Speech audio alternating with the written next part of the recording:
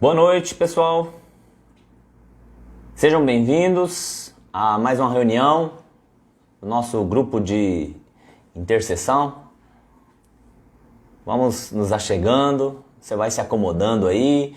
Se você quiser, você pega uma Bíblia, que hoje a gente vai usar um pouco a Bíblia. Tem alguns versículos aqui que eu gostaria que você acompanhasse na Bíblia. Se você tiver uma Bíblia aí, pega ela, deixa do seu lado aí, que daqui a pouco a gente vai usar. Um minutinho a gente já começa.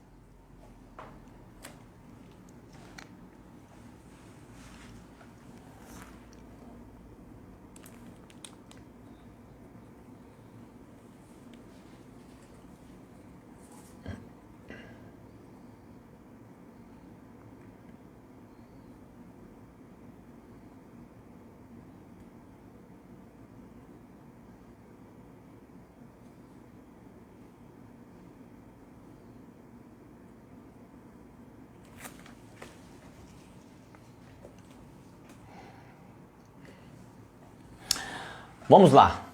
Vamos dar início fazendo uma oração, colocando esse tempo diante do Senhor, colocando as nossas vidas, a sua vida, a sua casa, a sua família diante do Senhor, para que a mão poderosa do Senhor possa estar sendo colocada sobre nós, que a bênção dele alcance as nossas vidas, a nossa família, a nossa casa. Vamos orar, colocar esse tempo diante de Deus. Senhor, obrigado por esse dia de vida que o Senhor nos concedeu. Obrigado pela tua paz, pelo teu cuidado, pelo teu amor, pela tua proteção. Obrigado porque nós temos visto em alguns detalhes, Deus, o amor que o Senhor tem tido para com as nossas vidas. Obrigado pela chuva que o Senhor nos mandou para regar a terra, para nos refrescar. Obrigado porque nada foge ao teu controle. O Senhor tem o controle de todas as coisas. Nada escapa aos teus olhos. E obrigado porque constantemente o Senhor tem derramado a tua graça sobre nós. Queremos colocar esse tempo diante do Senhor, colocar as nossas vidas, os nossos corações. Declaramos a nossa dependência ao Senhor. Pedimos que o Senhor esteja, através do teu Espírito Santo, nos orientando, nos ensinando e nos direcionando no caminho que o Senhor quer que nós andemos. Obrigado por esse tempo. Guarda cada casa, cada lar, cada família. Coloca anjos, Deus, para proteger. Guarda-nos aqui também. Que seja um tempo bom, que seja um tempo de edificação. E que o teu nome continue a ser glorificado através das nossas vidas. Nós te louvamos em nome de Jesus. Amém. Glória a Deus. Amém. Veja só. Gostaria de compartilhar algo hoje que Deus tem colocado no meu coração já há alguns dias. E eu creio que vai ser assim, um bate-papo interessante. Mas para um despertamento da nossa parte, para aquilo que Deus quer para as nossas vidas. Eu coloquei um título aqui e eu quero desenvolver em cima desse título, né? Admiradores ou discípulos de Cristo? Você é um admirador ou você é um discípulo de Jesus? Vamos ver aqui algumas características de uma pessoa que é uma admiradora. Né? Hoje nós temos visto uma geração de pessoas nesses dias atuais que são admiradoras do Evangelho. São admiradoras da Bíblia, são admiradoras de Jesus, admiradoras de Deus. Pessoas que dizem, não, eu estou com Deus, eu gosto de Deus, não, Deus está comigo, né? Mas isso a gente tem visto que tem acontecido até, as pessoas têm esse discurso, é lógico que é um grupo de pessoas, não são todos, tem pessoas que têm muita transparência, têm muito compromisso com Deus. Se você se enquadra nessas pessoas que têm compromisso com Deus, isso daqui não é para você. Mas veja só, algumas pessoas, elas admiram Jesus, mas até o momento em que são confrontadas através da palavra, através das palavras de Jesus, através da palavra de Deus, com relação ao seu estilo de vida.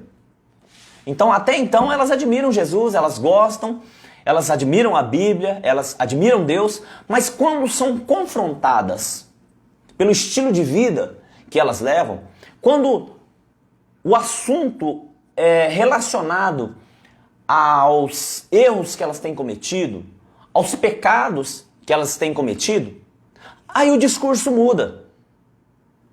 Aí já não é aquele admirador tão assíduo, tão intenso de Jesus, porque tocou na ferida. E as pessoas, que a gente tem visto, é que existe uma geração de pessoas que elas estão fracas emocionalmente. Pessoas que, quando são confrontadas, elas se sentem ofendidas, se sentem feridas e automaticamente elas usam alguns jargões atuais, né? Tem uns jargões que estão sendo usados atualmente, do tipo, não julgueis, olha, ninguém pode me criticar, quem não tem pecado que atire a primeira pedra, só Deus pode me julgar, e assim por diante. São vários jargões que as pessoas têm usado como argumentos para encobrir as suas mazelas, para encobrir os seus pecados quando são confrontadas. Olha, você não pode me julgar porque você também é pecador. Olha, você não pode me criticar. Olha, quem não tem pecado que atire a primeira pedra. E por aí vai, os inúmeros argumentos, né? Para, na verdade, encobrir os seus pecados. Para, na verdade, não deixar que aquilo que está escondido no seu coração e que fere os princípios da palavra de Deus, são admiradores, gostam da palavra de Deus, gostam de Deus, gostam de Jesus, admiram Jesus, mas quando são confrontados com os pecados que cometem, né, no obscuro, quando as luzes se apagam, quando ninguém as vê, né, ou elas imaginam que ninguém esteja vendo, né, quando são confrontadas, então se sentem feridas. Então se sentem invadidas na sua privacidade e aí usam os mais diversos argumentos para fugir do confronto, porque a palavra de Deus, veja só, a palavra de Deus é uma palavra de confronto, ela vai confrontar o seu estilo de vida, porque o nosso estilo de vida, na maioria das vezes, e olha que é uma maioria muito grande, o nosso estilo de vida é egocêntrico, ele é ambicioso, ele é cheio de vaidades, cheio de orgulho. E a palavra de Deus, ela vai confrontar tudo isso. A gente consegue ver isso de uma forma muito nítida, olhando o comportamento que Jesus teve quando ele abriu mão da glória que ele tinha, desceu nessa terra e viveu como homem. E ele veio para viver como homem, para nos ensinar como ser um ser humano comum, natural. Muitas pessoas, pelo seu orgulho, pela sua prepotência, tentam trazer para si uma glória como se fossem deuses. E Jesus, que foi Deus, abriu mão da sua glória para viver como homem. Olha só que paradoxo. Olha só que coisa contraditória. Aquele que era Deus, como diz em Filipenses, capítulo 2, ele abriu mão da sua glória, desceu na terra e viveu como homem. Ele veio nos ensinar como ser um ser humano, como ser amoroso, como ser paciente, como ser generoso, como amar ao próximo como a si mesmo, como, quando afrontado, diferente de confronto, quando afrontado, dar a outra face. Jesus veio para quebrar o padrão carnal que as pessoas estavam vivendo. Veio nos ensinar a como viver de acordo com os princípios da palavra. Então a Bíblia é um livro de confronto, que vai confrontar o nosso estilo de vida e o nosso comportamento. Mas as pessoas, por estarem emocionalmente doentes, feridas emocionalmente, por conta de não terem uma infância totalmente, ou melhor, por terem uma infância totalmente permissiva, por não terem recebido os nãos, por não terem sido colocados limites, cresceram sem serem confrontadas, sem serem barradas. E hoje, alguns na fase adulta acham que pode fazer o que bem quiserem. E a Bíblia veio para confrontar exatamente esse estilo de vida. Agora, na fase adulta, as pessoas acham que podem fazer tudo. Algumas usam até um argumento que está muito popular, tem sido muito usado por muitas pessoas, que é: se te faz feliz, então faça. Se é para te fazer feliz, viva.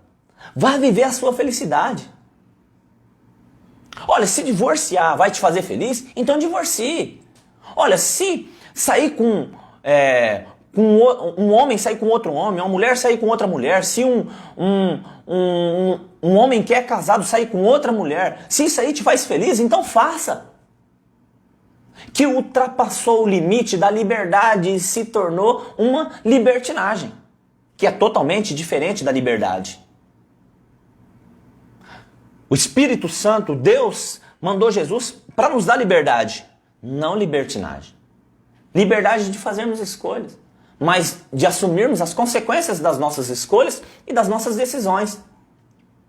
Algumas pessoas então estão achando que podem fazer tudo.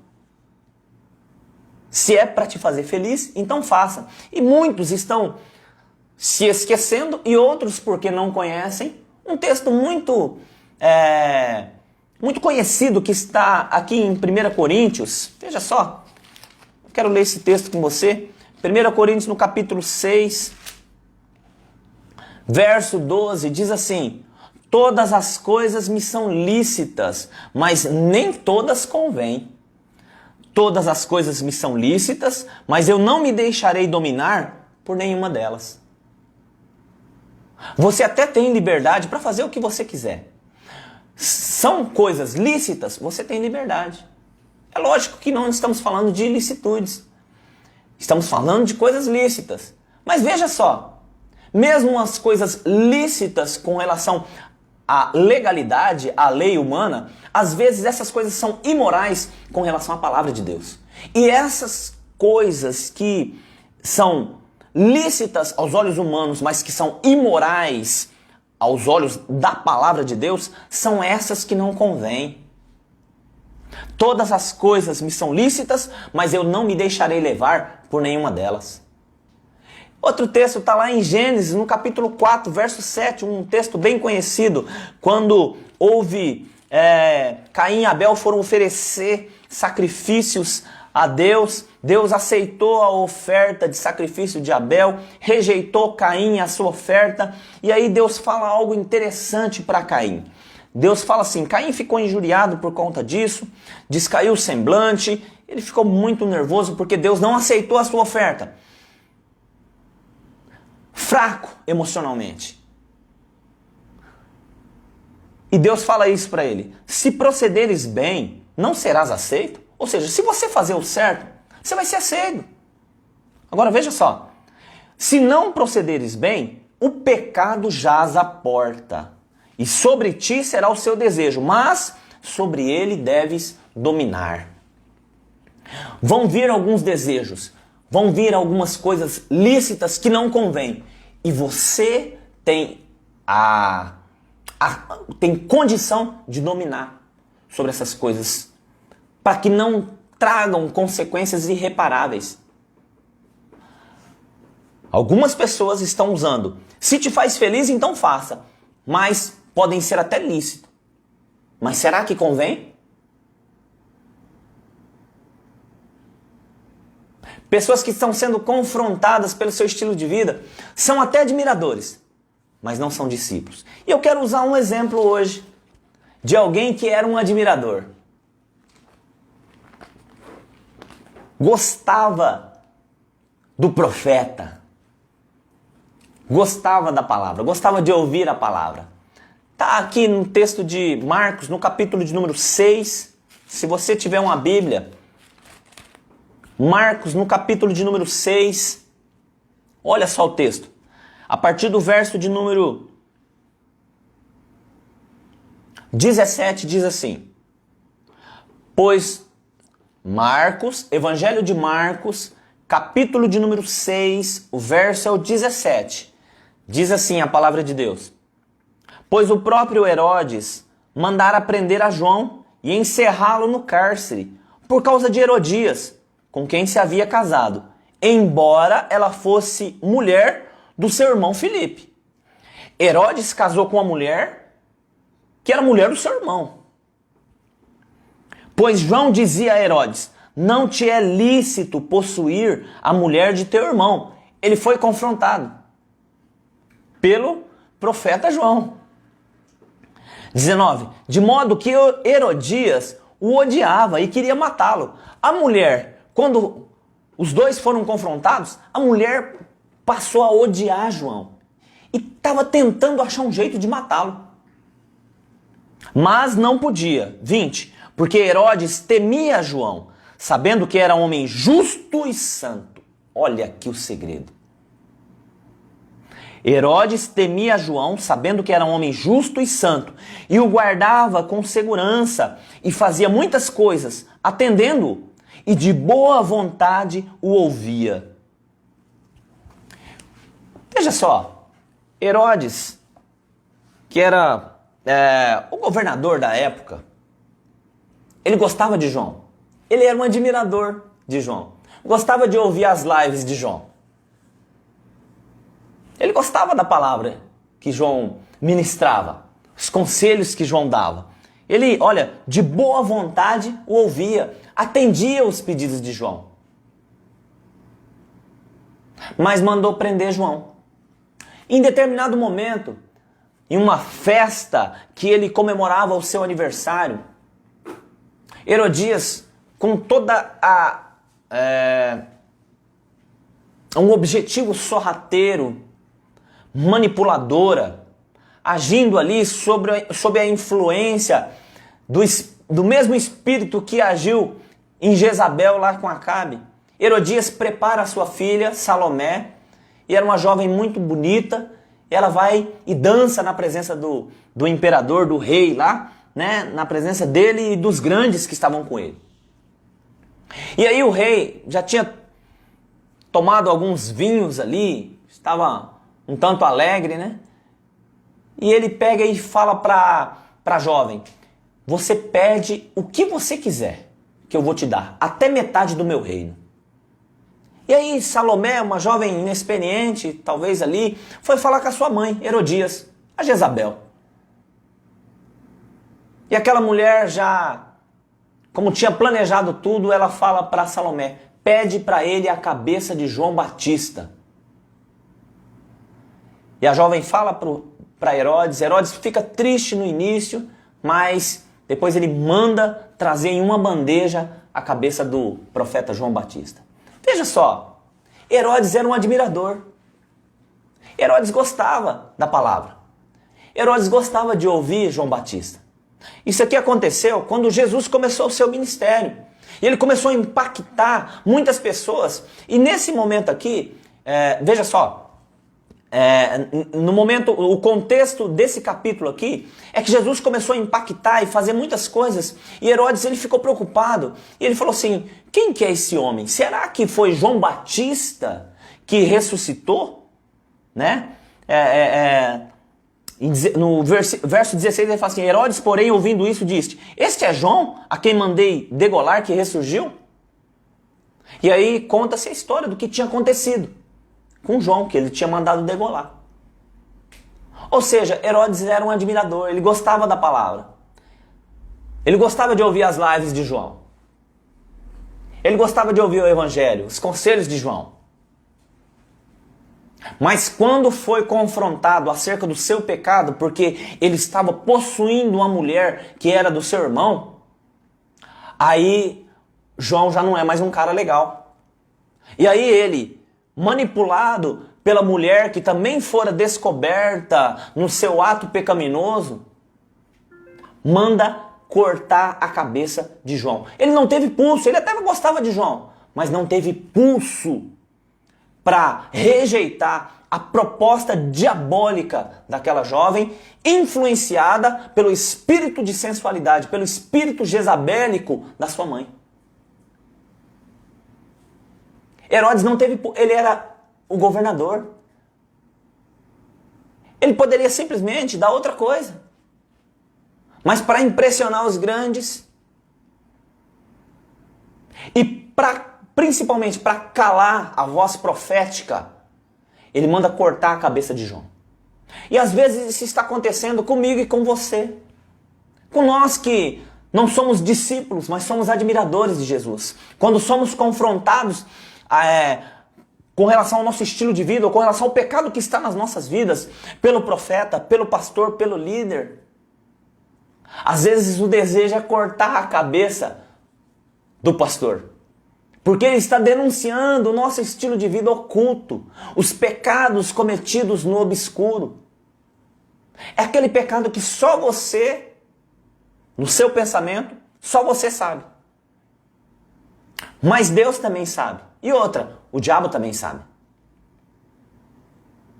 E muitas vezes as pessoas preferem criticar, tapar a boca do profeta, sob o pretexto e com os jargões do tipo, quem não tem pecado atire a primeira pedra, do que mudança de vida. Que é o que um verdadeiro discípulo faz quando é confrontado. Ele aceita o confronto e muda de vida, e muda o seu estilo de vida, abandona o seu pecado, e agora ele tem um posicionamento de um verdadeiro discípulo diante das pessoas e principalmente diante de Jesus. Não foi isso que aconteceu com Herodes. Influenciado por Herodias, que era mulher do seu irmão e que ele pegara agora como esposa, ou seja, estava numa situação totalmente pecaminosa, totalmente contrária aos valores e aos princípios da palavra de Deus. Quando foi confrontado, não suportou ser confrontado. Como essa geração de hoje, que não suporta ser confrontada com relação aos pecados que estão praticando. Herodes, mesmo temendo a João e sendo um admirador, ele não teve pulso para rejeitar a proposta. Às vezes, por sermos confrontados nas nossas atitudes obscuras e pecaminosas, nós vamos tentar calar a voz dos profetas. Calar a voz daqueles que estão pregando as verdades de Deus. E às vezes, o objetivo de Deus não é te envergonhar, não é te expor, mas fazer você pensar. E às vezes, talvez pensando que estamos sendo expostos, estamos sendo envergonhados, nós criticamos e às vezes tentamos calar a voz daqueles que estão expondo a verdade diante de nós. Como está a sua vida? Você é um admirador? Que quando confrontado não aceita o confronto e se esconde atrás dos argumentos do tipo, ninguém pode me criticar, só Deus me julga, quem não tem pecado que atire a primeira pedra? Ou você está pegando essa palavra, pensando, deixando ela criar vida no seu coração e mudando o seu estilo de vida? Quem é você? Quando você olha no espelho, aquela figura que aparece ali, quem é aquela figura? Um admirador que quando pressionado vai abandonar Jesus? Ou é um discípulo que vai estar, não importa a circunstância, mas vai estar ali fiel, leal, mesmo sob a ameaça de morte? Às vezes, tem até alguns que se dizem discípulos, mas são admiradores. Olha só no Evangelho de João, no capítulo de número 6. Evangelho de João, no capítulo de número 6. Abra sua Bíblia comigo. Enquanto você abre, eu vou tomar um pouco de água. Eu vou pedir para você compartilhar essa live aí com as 2 ou 3 pessoas. Compartilhe aí com uns 2 ou 3 amigos, para que mais pessoas possam ter acesso à palavra de Deus, mais pessoas possam ser edificadas. Enquanto eu tomo a minha água aqui, antes de ler o texto, você marca aí uns 2 ou 3 amigos, compartilha aí essa live.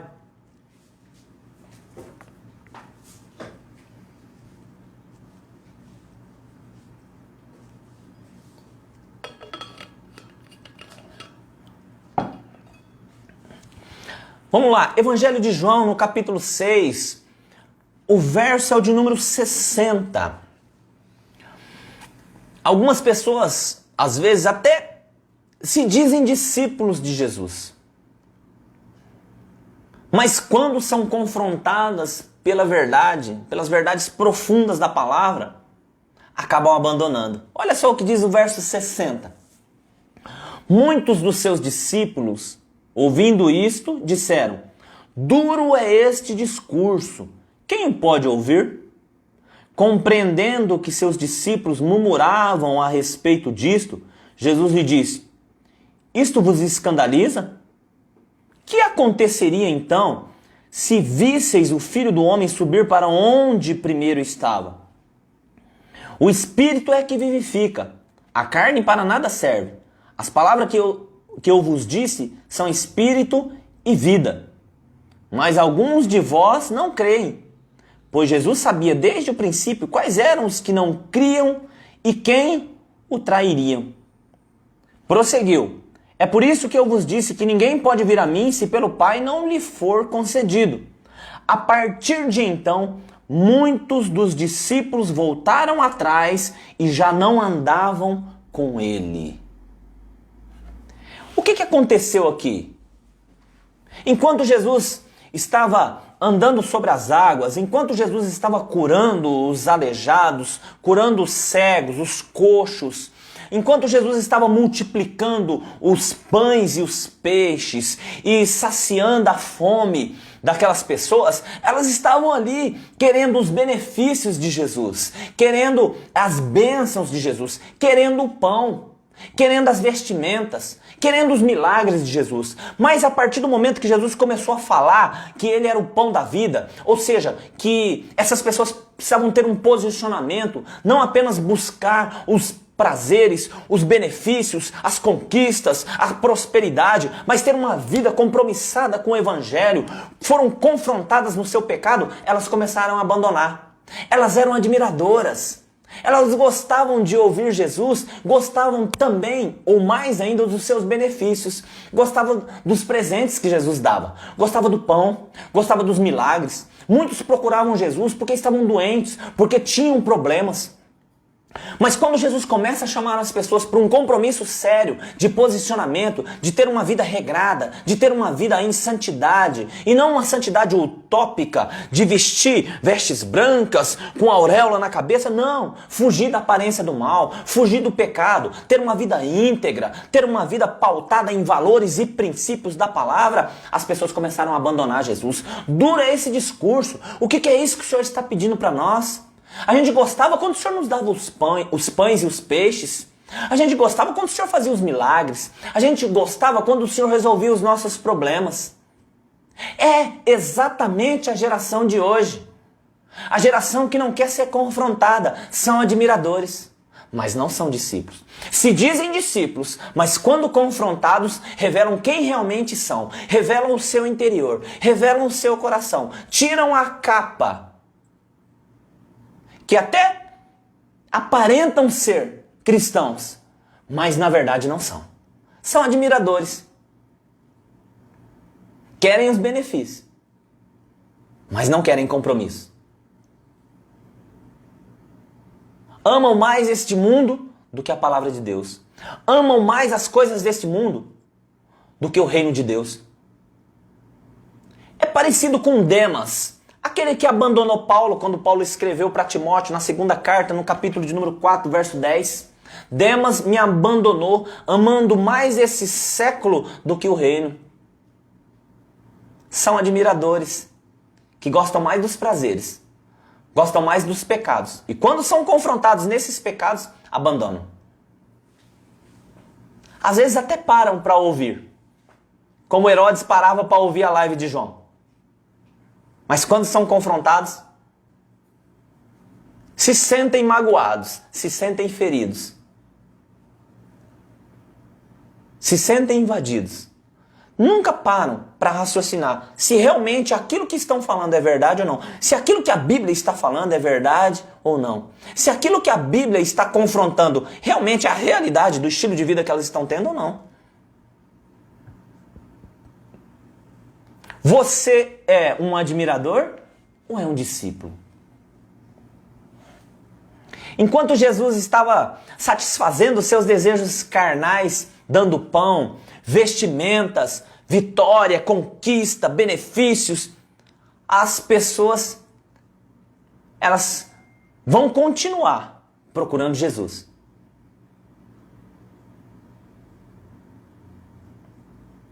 É do tipo, vamos lá na igreja? Vamos. Tô com um problema, rapaz, tô precisando de oração, eu vou lá mesmo.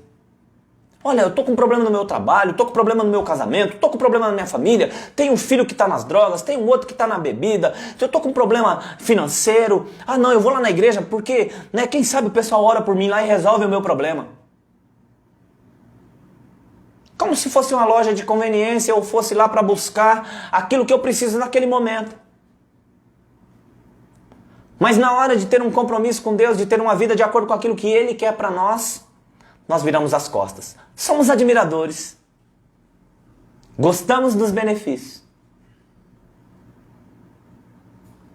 Mas não somos discípulos. Quando Jesus começa a falar sobre verdades profundas, sobre nós renunciarmos à nossa própria vida por amor ao reino, sobre sermos generosos, sobre ajudar o próximo, sobre abandonar a nossa vida de pecado, sobre largar a pornografia, o adultério, a masturbação, a mentira, o engano, o orgulho, a prepotência, a arrogância, aí Jesus já não serve mais para essa geração perversa e contaminada pelas mentiras do diabo. Porque elas não querem abandonar suas vidas de pecado. Porque elas se acostumaram ao pecado. Mas também se esquecem de alguns textos na palavra de Deus que eu quero recordar, talvez você tenha se esquecido, que está aqui em Apocalipse, capítulo 21, verso 8 diz assim: mas quanto aos medrosos, aos incrédulos, aos abomináveis, aos homicidas, aos adúlteros, aos feiticeiros, aos idólatras e a todos os mentirosos. Esses aqui são os admiradores. A sua parte será no lago que arde com fogo e enxofre, que é a segunda morte. Veja só, vai haver uma prestação de contas. E as pessoas estão amando mais o que tem neste século, como Demas, que Paulo fala lá em 2 Timóteo capítulo 4, verso 10, amando mais este século, essa vida passageira, do que a vida eterna com Deus. Olha o capítulo 22 de Apocalipse, o verso de número 15. Ficarão de fora os cães, os feiticeiros, os adúlteros, os homicidas, os idólatras e todo aquele que ama e pratica a mentira. São os admiradores, que não querem mudança de vida. E não espere muita coisa de admiradores, porque um pouquinho antes, no verso de número 11, capítulo 22, diz assim: quem é injusto, faça injustiça ainda. Quem está sujo, suje-se ainda. Quem é justo, faça justiça ainda. E quem é santo, santifique-se ainda. Ou seja, quem é sujo vai se sujar cada vez mais. Quem é santo vai se santificar cada vez mais. Quem é justo, quem é injusto vai continuar praticando a injustiça. Quem é justo vai continuar praticando a justiça. E aí a escolha é nossa. Se nós queremos continuar a ser admiradores, que quando confrontados abandonam vir as costas para Jesus, ou nós vamos ter uma mudança de vida e passarmos de admiradores para discípulos.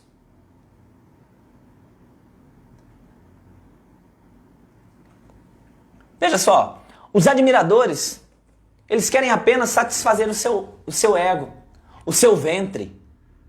Olha o que diz em Filipenses no capítulo 3.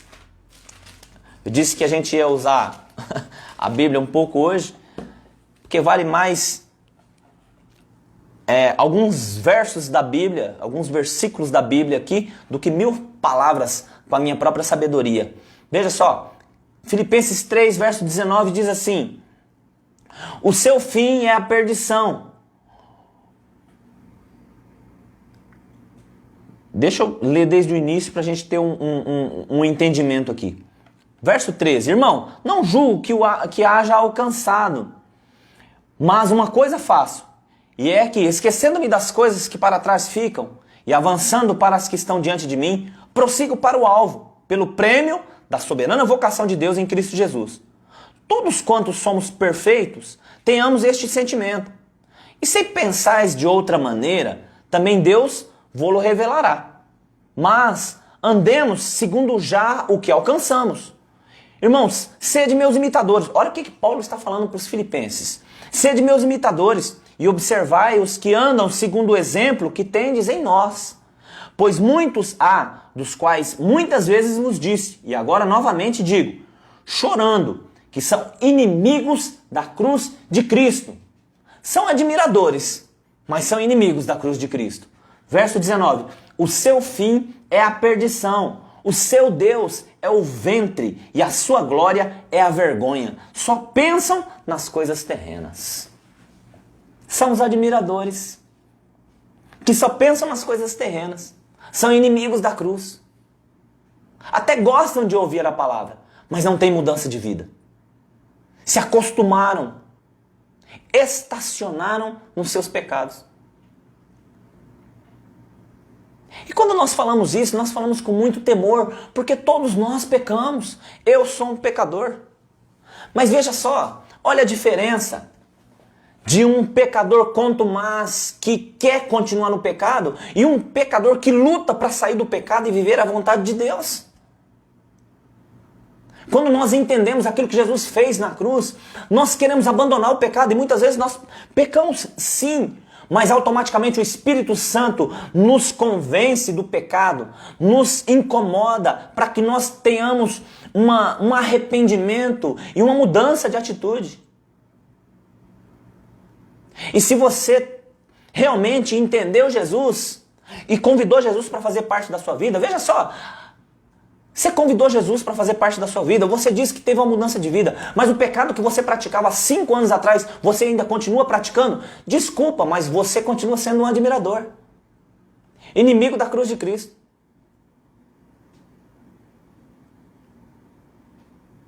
E Paulo chega a falar, eu acredito que foi Paulo, se eu não me engano é em Hebreus, que nós, olha, vocês ainda não se arrependeram até o ponto de suar sangue, até o ponto de derramar sangue. Ou seja, nós temos condições de lutar com todas as nossas forças contra a nossa natureza pecaminosa, agora baseados na palavra e no novo nascimento, e ter uma vida, pelo menos, um pouco parecida com a vida que Jesus teve. Pois Paulo teve, e ele fala aqui, 17, irmãos, sede meus imitadores e observai os que andam segundo o exemplo que tendes em nós. Paulo lutava continuamente contra o pecado. Ele não tinha pecado? É lógico que tinha, mas lutava continuamente. E ele chega a falar para nós, olha, sede meus imitadores, como diz lá na carta do próprio Paulo aos Romanos, sede os meus imitadores como eu sou imitador de Cristo. Somos discípulos ou somos admiradores? O admirador ele quer os benefícios, quer a prosperidade, querem ficar ricos. E infelizmente vão encontrar aqueles que falam o que eles querem ouvir. Os falsos pastores, os falsos profetas, os falsos mestres, que falam aquilo que os admiradores querem ouvir. Eles vão encontrar esses. Olha o que diz em 2 Pedro. 2 Pedro no capítulo de número 2. Verso 1 diz assim, ó. Mas houve também entre o povo falsos profetas, como entre vós haverá também falsos mestres, os quais introduzirão encobertamente heresias destruidoras, negando até o Senhor que os resgatou, trazendo sobre si mesmos repentina destruição. E muitos, verso 2, e muitos seguirão as suas dissoluções, e por causa deles será blasfemado o caminho da verdade. Verso 3, por ganância farão de vós negócio, com palavras fingidas. Para eles o juízo lavrado a longo tempo não tarda, e a sua destruição não dorme. Alguns admiradores, eles querem os benefícios, eles querem ficar ricos, eles querem a prosperidade e eles vão encontrar alguns falsos profetas que vão falar aquilo que eles querem ouvir. Como disse um determinado pensador, os falsos profetas são o castigo de Deus para o falso cristão. Porque o falso profeta, o que ele faz? Ambos se completam. Um mente para o outro e os dois mentem para Deus. E o falso profeta, sabe qual que é o papel dele? Alguns criticam. Aquelas pessoas que, olha, você dá 10 reais aqui que Deus vai te dar 10 mil. Você dá 100 reais que Deus vai te dar 100 vezes mais. Deus pode fazer isso? Pode. Mas é o foco de Deus? É a prioridade de Deus? E tem muitos fazendo isso. Mas o que esse falso profeta, que é o castigo de Deus para o falso cristão, faz? Ele simplesmente desperta no coração do cristão a ambição que já estava lá, a cobiça que já estava lá. Ele não é bobo. Ele ouviu o cara falar, olha, se eu der 100 eu vou ter 10 mil. A ambição dele despertou no coração dele. Caramba, eu vou ter 10 mil, então eu vou dar 100. E um vai alimentando, lambendo a ferida do outro. Um mentindo para o outro e os dois mentindo para Deus. São admiradores. Não tem nada a ver com discípulos.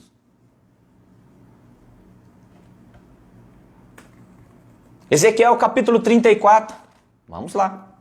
Ezequiel 34, o tempo está voando.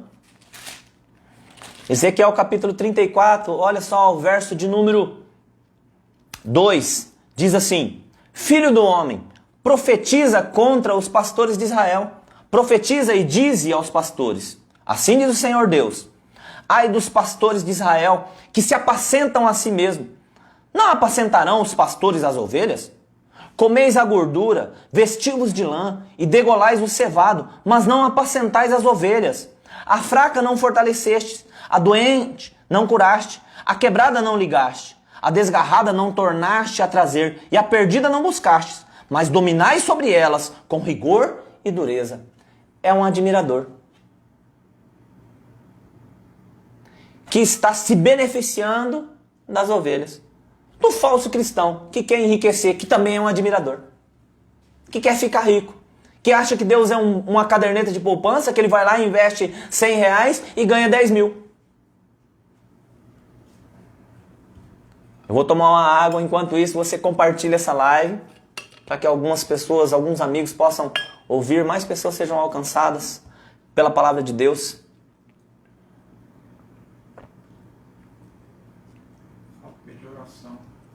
Se você tiver um pedido de oração por você ou por alguém da sua família, escreve aí, Nós vamos anotar e no final a gente vai estar orando. E eu creio no poder da oração. E é lógico que eu não vou orar para você ficar rico. Vamos orar para que o milagre de Deus possa acontecer na sua vida, de acordo com aquilo que Ele tem para você.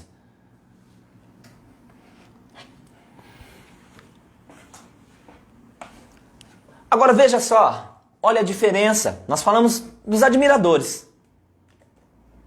Daqueles que, quando são confrontados, eles viram as costas, abandonam. Eles querem os benefícios.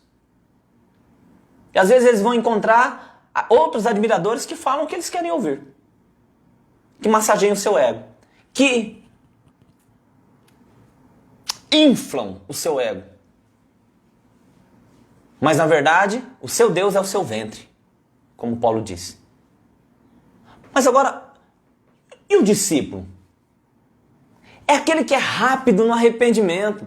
É aquele que ouve a palavra e não fica questionando ou fica redirecionando a palavra. Olha, essa palavra é para aquele, essa palavra é para aquela. Olha, se a minha mulher estivesse aqui, ela tinha que ouvir essa palavra. Se o meu marido estivesse aqui, ele tinha que ouvir essa palavra. Olha, se o meu pai, minha mãe, meu patrão, meu vizinho estivesse aqui, ele tinha que ouvir essa palavra. Não, ele recebe a palavra. Ele deixa a palavra criar raiz e vida no seu coração. Ele é rápido no arrependimento. Aquele que abandona a sua vida de pecado, aquele que tem outro posicionamento quando ele é convencido pelo Espírito Santo, ele decide seguir os passos de Cristo. Ele decide ter os mesmos sentimentos que houve em Cristo Jesus, como está lá em Filipenses no capítulo 2, verso 5. Tende em vós o mesmo sentimento que houve em Cristo Jesus, que foi humilde, era Deus, deixou de ser Deus para viver aqui como homem e nos ensinar como viver como ser humano. Foi humilde, foi generoso, foi atencioso, acolhedor, ajudou pessoas, socorreu pessoas, mas não perdeu a sua identidade. Teve um posicionamento, só falou aquilo que ele ouvia o Pai falar, só fez aquilo que ele via o Pai fazer. Esse é o verdadeiro discípulo. Por isso que Paulo é autoridade quando ele fala: sede meus imitadores. Romanos no capítulo 11, se eu não me engano. Sede meus imitadores como eu sou de Cristo. Eu acho que é 11.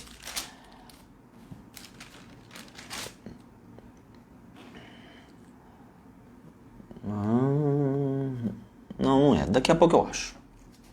Sede meus imitadores.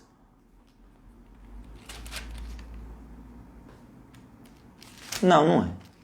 Mas daqui a pouco eu acho. Veja só. O verdadeiro discípulo. Vou dar 3 exemplos aqui rapidinho para a gente terminar. Primeiro exemplo, Davi. Era rápido. Por isso que foi chamado homem segundo o coração de Deus. 2 Samuel, no capítulo 12, verso 1 Coríntios 11. Sede meus imitadores, como eu sou de Cristo. Eu falei Romanos 11, né? É 1 Coríntios 11. Tá? Falei errado. 1 Coríntios 11. Confundi aqui. Isso. 1 Coríntios 11, 1. Guilherme me alertou aqui. Obrigado, Guilherme. Sede meus imitadores, como também eu sou de Cristo. Paulo era um exemplo. Ele tinha autoridade para falar isso. Por quê? Porque o comportamento dele parecia com o comportamento de Cristo. Em determinada feita, algumas pessoas, filhos de um sacerdote chamado Seva, foi expulsar o demônio de uma determinada pessoa, e o demônio olhou e falou assim: eu conheço Jesus, sei bem quem é Paulo, mas vocês quem são? Eram admiradores, não eram discípulos. O demônio conhecia Jesus. Conhecia também Paulo, que era um verdadeiro discípulo de Jesus. Mas aqueles que eram filhos de sacerdote, falou: quem vocês são? E a Bíblia fala lá em Atos que esse demônio pulou em cima deles e bateu neles, e eles fugiram nus, uma coisa assim. Filhos de um sacerdote chamado Seva. Paulo era um verdadeiro discípulo. Olha só, Davi reconheceu que pecou. 2 Samuel, no capítulo 12, verso 13. Quando Davi, ele comete um adultério com Betseba, ele é confrontado pelo profeta Natan. Natan chega, confronta ele, conta uma história lá, tal, e Natan fala na cara do rei: essa pessoa é você, rei. E olha só o que Davi fala. Vamos ler o texto. Nós já estamos aqui mesmo. 2 Samuel 12, 13. Olha só o que Davi fala. Então disse Davi a Natã: pequei contra o Senhor. Eita nós. Por isso que o homem é chamado homem segundo o coração de Deus. Não ficou arrumando argumento. Ah, mas eu sou o rei. Oh, mas essa mulher não sei o quê. Olha, mas isso, aquilo, outro. Não. Pequei contra o Senhor, Natã. Realmente, eu reconheço. Arrancou as suas vestes reais. Se prostrou. Foi jejuar, foi orar. Foi pedir perdão para Deus. Foi interceder para talvez aquela criança não morresse. Verso 16. Buscou Davi a Deus pela criança. Jejuou e recolhendo-se, passava a noite toda prostrado em terra. Esse é o verdadeiro discípulo. Reconhece o seu pecado, se arrepende e abandona. Esse é o discípulo. Discípulo hoje de Cristo. Nós entendemos que Davi está lá, no Antigo Testamento. Jesus não estava lá. Mas Davi já dava um sinal de como deveria ser um discípulo. Davi já mostrava as características de como deve se comportar um discípulo lá na frente, quando Jesus viesse, como deveria se comportar um discípulo. Outra situação de Davi, 2 Samuel 24, quando ele levanta o censo. Ele mandou levantar o censo para saber quantos soldados de guerra ele tinha e aquela coisa toda. E as pessoas advertiram ele, não é bom isso aí que você está fazendo, Davi. Não, vamos fazer e tal. E aí, verso 10 diz assim, 2 Samuel 24:10. O coração de Davi o acusou depois de haver ele levantado o censo do povo. E disse ao Senhor, muito pequei no que fiz. O verdadeiro discípulo reconhece quando ele está errado, reconhece o seu pecado. Não apenas reconhece, mas abandona. Se arrepende, confessa e abandona, o deixa. Muito pequei no que eu fiz. Porém agora, ó Senhor, peço-te que perdoes a iniquidade do teu servo. Procedi muito loucamente. Olha o que Davi fala para Deus. Esse é o verdadeiro discípulo, por isso que é o homem segundo o coração de Deus. E agora eu refaço a pergunta que eu havia feito no início. Nós somos admiradores ou somos discípulos? O nosso comportamento demonstra o quê? Que somos admiradores? Quando somos confrontados nos nossos pecados, estamos reconhecendo, pedindo perdão, confessando e abandonando? Ou estamos como Herodes?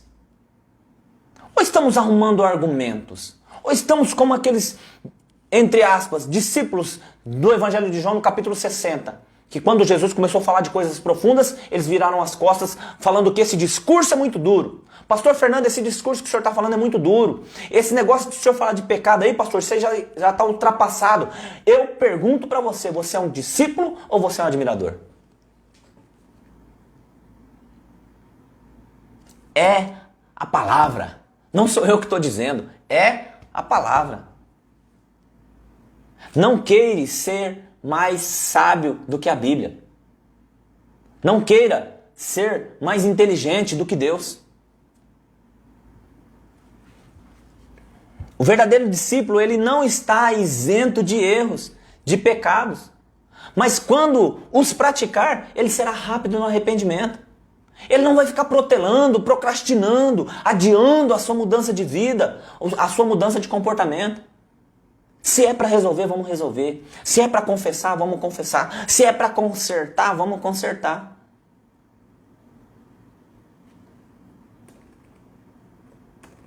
Um outro exemplo é Maria. Maria, a mãe de Jesus. O anjo chegou para Maria, conversou com ela, agraciada. Ela parou para pensar o que significava aquela saudação. E o anjo fala para ela, revela os propósitos de Deus com a vida dela, né? Deus queria realizar algo grandioso na terra. E ele achou quem? Achou uma mulher pura. Olha aqui o que diz em Mateus 1. Desculpa, Lucas 1,38, se eu não me engano. Deixa eu confirmar aqui. Lucas 1,38, é esse mesmo. Olha só, Deus queria realizar algo grandioso na terra. E ele olhou e viu alguém que estava preparada para aquilo que ele queria realizar. Alguém que não era uma simples admiradora. Uma virgem que se guardava das contaminações do mundo. E quando o anjo revela o segredo de Deus, olha o que ela fala. Lucas 1,38.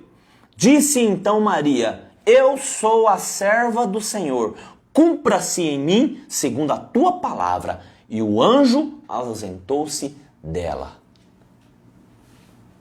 Era uma verdadeira serva. Não ficava fugindo daquilo que Deus queria fazer. Não era uma simples admiradora. Rápida na decisão. Como diz o pastor Anderson Silva, ela tinha o fator 3 segundos. Deus falou, eu quero fazer isso. Eu estou pronta. Pode contar comigo. Quantos de nós, às vezes, Deus quer fazer algo através das nossas vidas, nós estamos protelando. Por quê? Porque admiramos. Achamos bonito fazer com outras pessoas. Mas quando Deus nos chama para fazer, aí nós viramos as costas. Não, comigo não. Não, ir pregar no presídio? Deus que me livre. Ir no hospital visitar? Ah, não é pra mim não gosto de doente. Ah, ir no asilo? Nossa, eu odeio velho. Nossa, é pra ir pregar pra prostituta, não sei. Não, eu não quero. Eu quero ficar dentro de casa. Eu sou admirador. Eu não quero ajudar pessoas. Maria, quando o anjo chegou e falou assim, Deus quer fazer isso, eu estou pronta, pode contar comigo. Não importa se eu com entre 15 e 17 anos, se eu vou ser apedrejada por estar grávida, não daquele que foi prometido como meu esposo. Não tem problema. Não tem problema se as pessoas vão me rejeitar. Não tem problema se eu tenho que explicar isso para os meus pais. Se é para cumprir a vontade do Senhor, eu estou pronta. E o que dizer de Paulo? Atos, capítulo 9, quando ele teve o encontro com Cristo. Veja só, ele teve o encontro, ficou cego, Ananias orou por ele, e olha na sequência o que aconteceu. Depois de ter comido, sentiu-se fortalecido. Esteve Saulo alguns dias com os discípulos em Damasco, e logo, nas sinagogas, pregava que Jesus era o Filho de Deus. E todos os que ouviam estavam espantados e diziam, não é este o que em Jerusalém perseguia os que invocavam este nome, e para isto veio aqui com o fim de os levar presos aos principais sacerdotes? Saulo, porém, se esforçava muito mais e confundia os judeus que habitavam em Damasco, provando que Jesus era o Cristo. Esse é o verdadeiro discípulo. Entendeu que estava do lado errado, mas quando teve o encontro com Cristo, abandonou as suas práticas do pecado e agora teve uma nova vida, pregando a Cristo, e confundia até mesmo os judeus nas sinagogas. As pessoas olhavam e falavam, mas esse cara aí não era o perseguidor? Não é o que caçava cristão? Não é o que mandava prender? E agora ele está falando de Jesus? Ele está falando de Cristo. Por quê? Porque ele não era simplesmente um admirador. Ele não era aquele que ali ouvia falar, mas continuava com a sua vida obscura. Não. Ele deixou a sua vida do passado e foi transformado pelo poder do Evangelho e agora passou a ser um propagador do Evangelho. Esse foi Paulo. Transparente, teve uma atitude de discípulo. Mesmo sabendo que teria problema quanto ao seu passado, não titubeou, porque agora ele tinha carta das autoridades. Mas quando ele passou a pregar Cristo, agora ele era perseguido pelas autoridades. Mas ele não pensou nisso. Não tem problema ser perseguido. Eu sou discípulo, eu não sou admirador. E nós? E você? Que está me acompanhando. Gosta da palavra? Admira Jesus? Admira Deus? Olha, é muito interessante isso aí, Fernando, mas eu quero continuar com a minha vida. Você tem todo o direito. Mas em algum momento vai ter uma prestação de contas. Somos admiradores ou somos discípulos? 2 Coríntios, no capítulo 11, verso 23 a 29, Paulo fala dos sofrimentos que ele teve como um verdadeiro discípulo. Olha, eu fui perseguido entre patrícios, fui assaltado, olha, me desceram de um muro dentro de um cesto, recebi 5 quarentenas de chibatada menos uma, olha, eu fui açoitado, eu fui... Várias coisas que ele passou como discípulo. Ele não precisava disso. Ele tinha carta das autoridades, ele era uma autoridade, mas quando ele entendeu Jesus, quando ele foi confrontado no seu pecado, ele não titubeou e mudou de vida. Teve um posicionamento, deixou de ser, se é que era um admirador, e passou a ser um discípulo.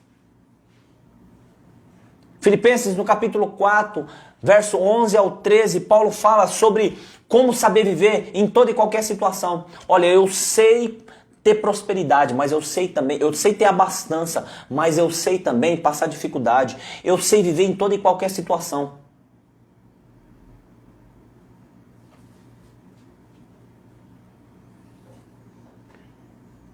Quem é, para encerrar, quem é um verdadeiro discípulo?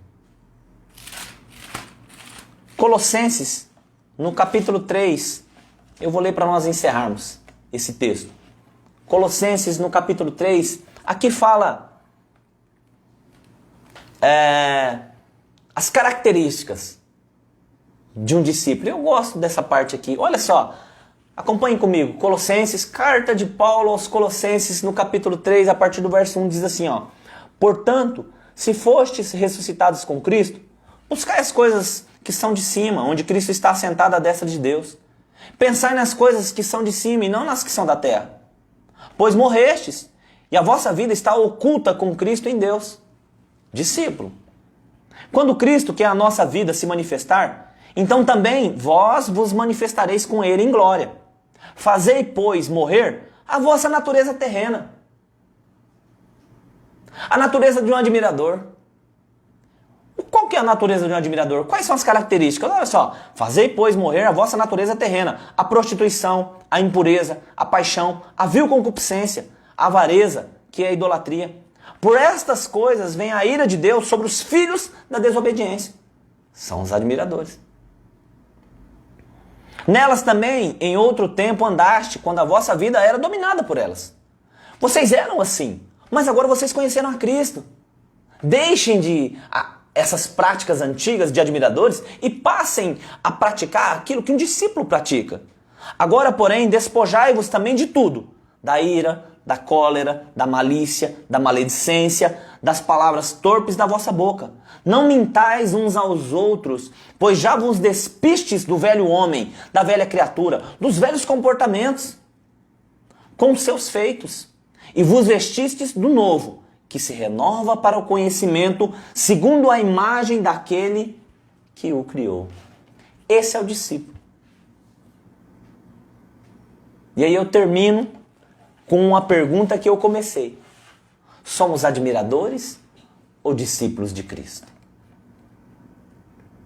Que você possa refletir nisso que nós conversamos, nesse bate-papo dessa noite. Pense como que está a sua vida. Você é um admirador ou um discípulo? Que Deus abençoe a sua vida. Que aquilo que eu não consegui transmitir, que o Espírito Santo possa completar. E que você seja cheio do Espírito Santo, convencido de que você precisa ser um discípulo. E que você tenha força no Espírito Santo para ter uma mudança de vida. Amém? Vamos orar por algumas pessoas. A Andréa Lacal, nossa irmã, pede oração pelo Carlos Menin. A irmã Aparecida Alves Carneiro pede oração por Gilmar, que está entubado com pneumonia. O Fabrício Jesus, ele pede oração pela sua empresa. A Elaine Reis pede oração pela dona Zilda, Sionara, João Marcos e família. O Antônio Nilson, meu primo, enviou abraços. Abraço, meu primo. Abração para todos aí, todos da família. A Biele pede oração por sua mãe Luciane, pela sua tia Lidiane e pelo avô Luiz. A Lu, minha prima, pede oração por sua vida e todos da sua família e a família aqui de Pereira Barretos, que somos nós. Obrigado, Lu. Um abraço, Deus abençoe. Vamos orar. Vamos colocar essas vidas diante do Senhor. Colocar também a vida do Zé Jovino, que viajou para trabalhar, a família dele, né, sempre está aqui ajudando a gente, mas hoje ele não pôde estar porque ele viajou a trabalho. Meu irmão Orlando, que está lá em Rondonópolis. O Juninho, que está na casa de recuperação. Gabriel, que está em Mirandópolis, na casa de recuperação. William, que está em Poços de Caldas, na casa de recuperação. Orar pelo Gerson, pela Vera, pelo meu sobrinho. Quero orar pelo meu sobrinho Paulinho. Quero orar também pela minha mãe, pela dona Joana, pelo seu Zé, pelo Kleber, a esposa dele, a filha, pela Lucelena, pela Duda. E orar também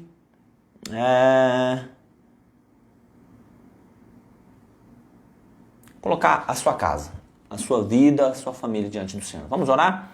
Senhor, obrigado por esse tempo, pela tua graça, pelo teu cuidado. Obrigado porque o Senhor tem derramado do teu amor sobre as nossas vidas. Pai, em nome de Jesus, que o teu Espírito Santo possa estar trabalhando nos nossos corações. Quero colocar cada uma dessas vidas diante do Senhor. Visita cada uma delas, Pai. Senhor, em nome de Jesus, que esse senhor Gilmar, que está entubado com pneumonia, que a mão poderosa do Senhor esteja sendo colocada sobre a vida dele, Pai. Nós repreendemos agora toda enfermidade, toda doença. Pedimos que o Senhor esteja dando sabedoria aos médicos, para todo o pessoal que está cuidando dele, para que sejam ministrados os medicamentos corretos, que a saúde dele seja restaurada. Pai, em nome de Jesus, eu coloco diante do Senhor a vida do Carlos Menin, da Andréia. Quero colocar, Deus, a empresa do Fabrício. Quero colocar a vida da dona Zilda, da Sionara, do João Marcos, da sua família. O meu primo Antônio Nilson, Deus, ó Pai, toda a sua família.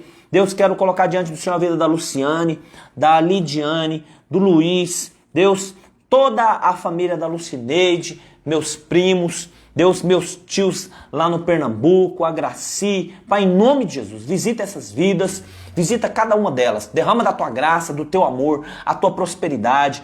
Deus, que o Senhor esteja trazendo entendimento a cada coração, que a melhor coisa é estar no centro da tua vontade, que a melhor coisa é te servir, que a melhor coisa é entregar nossas vidas ao Senhor Jesus. Ele é o nosso Salvador, Ele é o nosso Senhor. Que cada um de nós, cada um que escutou essa live, cada família que possa ter esse entendimento e entregar sua vida ao Senhor Jesus. Visita, Deus, visita a dona Joana, visita o Kleber lá em Andradina com a sua família, o seu Zé, visita a Lucelena, restaura a saúde dela, visita a Duda, visita o Zé, guarda ele no trabalho, o Orlando. Pai, em nome de Jesus, cada uma dessas vidas que eu falei, que a mão do Senhor esteja sobre elas, guardando, protegendo, sustentando, e que o teu nome seja glorificado através das nossas vidas. Eu te louvo nessa noite em nome e na autoridade do Senhor Jesus. Amém. Glória a Deus. Olha só, aquela canequinha, nosso ministério, Biamém, seja homem. Se você adquirir uma dessas, eu estou pensando em fazer um sorteio dessa caneca aqui na próxima live. Vamos ver como que vai ser. Precisamos programar. Como que nós vamos sortear? Amém? Aqui. Amanhã é o dia da justiça. Dia 8. Para quem trabalha no Poder Judiciário vai ser feriado. Que você possa estar orando pela justiça do nosso país. Passamos por um momento delicado aí esse final de semana. Mas nós temos visto a mão poderosa de Deus agindo por conta da oração dos justos, né? Teve uma situação no STF, a votação lá dos presidentes das casas, mas Deus está no comando. Que Deus abençoe a sua vida, obrigado por você ter nos acompanhado até aqui. Você tenha uma ótima semana debaixo da graça do Senhor. Um abraço e até a próxima.